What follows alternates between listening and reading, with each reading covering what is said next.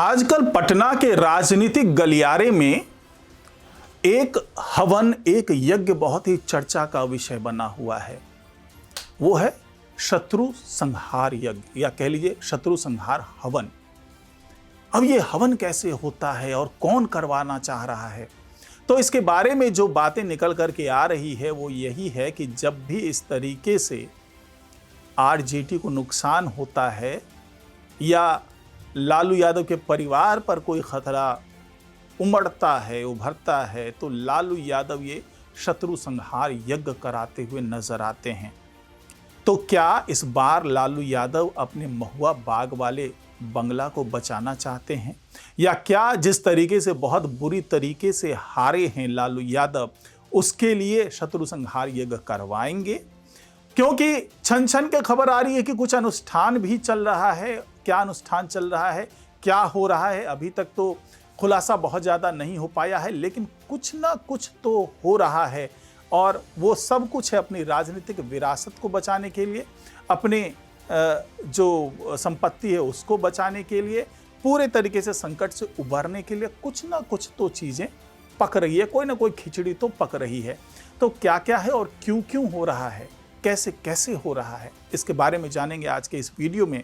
इस वीडियो को आखिर तक जरूर देखिएगा। नमस्कार, मैं हूं डॉक्टर सुरजीत सिंह और आप देख रहे हैं YBN बिहार झारखंड। अगर आपने अभी तक इसे सब्सक्राइब नहीं किया है तो सब्सक्राइब कर लीजिए, और अगर आपको ये वीडियो अच्छा लगे लाइक कीजिए, शेयर कीजिए और कमेंट जरूर कीजिए। तो जिस तरीके से चर्चा और बहस का ये मुद्दा बना हुआ है कि एक बार फिर लालू यादव के परिवार में कुछ अनुष्ठान हो रहा है, कोई यज्ञ कराया जा रहा है, ये चर्चा में क्यों बात आई, पहले इसको समझ लेते हैं।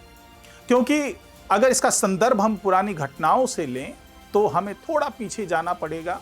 ये वक्त था 2009 का, जब लालू यादव चुनाव हार जाते हैं, लोकसभा चुनाव। और लोकसभा चुनाव हारने के बाद हालांकि यूपीए की सरकार बन जाती है, लेकिन उनको किसी भी तरीके से मंत्री पद नहीं मिलता। बड़े नेता थे, राज्यसभा जा सकते थे, उनको मंत्री का पद मिल सकता था, लेकिन उनको पद नहीं मिलता है। यहां से पहला सेटबैक लगा। उसका दूसरा सेटबैक तब लगा जब 2010 में विधानसभा चुनाव होता है बिहार में, और आरजेडी महज 22 सीटों पर सिमट के रह जाती है। यह दूसरा सेटबैक था। तो ये लगातार जिस तरीके से चीजें चल रही थी, 2012 में फिर चारा घोटाले के तहत जो है उनका जेल जाना तय हो गया। तो उनको लगा कि भाई साहब ये क्या हो गया, ग्रह दशा क्या खराब चल रही है, या क्या हो रहा है।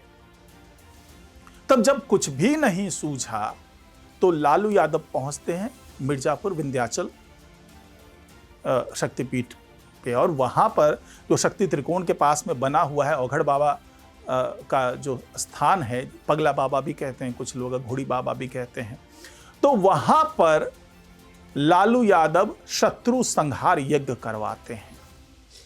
शत्रु संहार यज्ञ, वहां पर बलि भी दी जाती है, हर चीज की जाती है। वे औघड़ बाबा फोन पर आशीर्वाद देते नजर आते हैं राबड़ी देवी को। और जब पूछा गया लालू यादव से कि आप यहाँ पर क्यों ऐसा करवा रहे हैं, तो लालू यादव ने तो यहाँ तक कह दिया कि ये औघड़ बाबा जो हैं ये भगवान शिव के साक्षात स्वरूप हैं। और औघड़ बाबा ने भी कह दिया कि लालू यादव तो बचपन से मेरे शिष्य रहे हैं, ये मेरे चेले रहे हैं, इनके नाना जी इनको लेकर के मेरे पास आए थे, उसी वक्त मैंने इनके कान में मंत्र फूंक दिया था, उसी का असर है कि अभी इतने बड़े आदमी बन गए। तो ये आस्था, जबकि हिंदू, सनातन, ये तमाम धर्म के जो कर्मकांड होते हैं उससे हमेशा ही किनारा करते हुए नजर आते रहे हैं लालू यादव। हमेशा ये कहते हैं कि सब ढोंग है, पाखंड है, सब कुछ है, लेकिन खुद पर जब आती है, जब संकट के बादल छाते हैं, तो वो वही बाबा के दरबार में पहुंच जाते हैं। फिर अगर मैं बाद की घटनाओं की बात करूं, 2020 की बात करूं, तो वो रांची के जेल में जब थे तो वहां पर ही नवरात्र के दौरान वो बकरे की बलि देते हुए नजर आते हैं, और प्रसाद के तौर पर सबको बांटा भी जाता है। तो ये तमाम कर्मकांड जो है वो संकट से उभरने के लिए लालू यादव करते हुए नजर आते हैं। अब ये संदर्भ आपने समझ लिया। अब इसी संदर्भ से आते हैं वर्तमान में, तो वर्तमान में भी लगभग स्थिति वही 2010 जैसी हो चुकी है। महागठबंधन की फजीहत हो चुकी है, 25 सीट आरजेडी के पास आती है। तो और जिस तरीके से केस चल रहा है, राउज एवेन्यू कोर्ट में केस चल रहा है, लैंड फॉर जॉब घोटाले वाला, चारा घोटाला मामले में पैरोल पे चल रहे हैं, फिर अंदर जाएंगे। तेजस्वी यादव बिखरे बिखरे नजर आते हैं, तेज प्रताप यादव परिवार से अलग हो गए, रोहिणी आचार्य परिवार से अलग हो गई, मीसा भारती को समझ में नहीं आ रहा है कि क्या करना है आगे, क्योंकि रीतलाल यादव हार जाते हैं पाटलिपुत्रा विधानसभा से, जहां से वो सांसद हैं।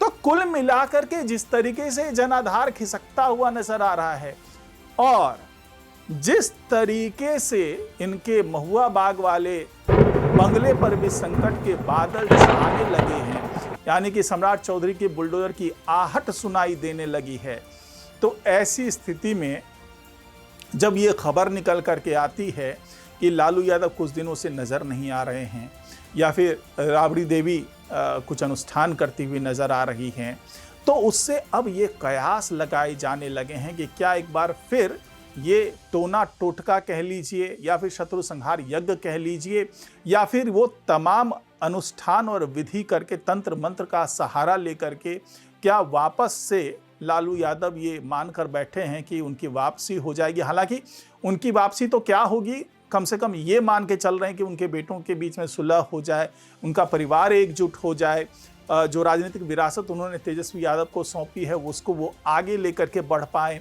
और साथ ही जो बंगला शिफ्ट करने की बात है, जो महुआ बाग वाले इलाके में जाना है, और जिस तरीके से वो अब हिट लिस्ट में है सम्राट चौधरी के, बार बार ये कहा जा रहा है कि बख्शा नहीं जाएगा और लिस्टेड अपराधी हैं लालू यादव, तो राजनीतिक विरासत भी और आर्थिक विरासत साथ में जो आशियाना है उसको बचाने की भी जो जद्दोजहद है वो दिखाई दे रही है। और यही वजह है कि अब इस पर चर्चा हो रही है कि एक बार फिर सब जगह से थक हार जाने के बाद, सभी उपाय कर लेने के बाद अब लालू यादव फिर से बाबा के शरण में जा रहे हैं या फिर से शत्रु संहार यज्ञ जैसी कोई कर्मकांड करने की ओर बढ़ रहे हैं, क्योंकि अंदर ही अंदर कुछ ऐसी खिचड़ी पकती हुई नजर आ रही है।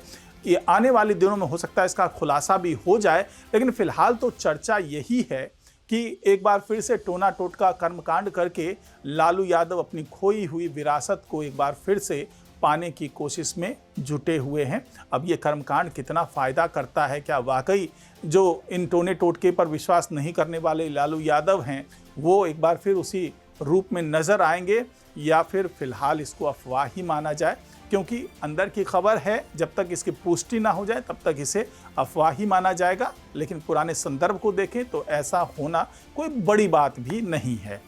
तो फिलहाल आज की रिपोर्ट में इतना ही। नमस्कार।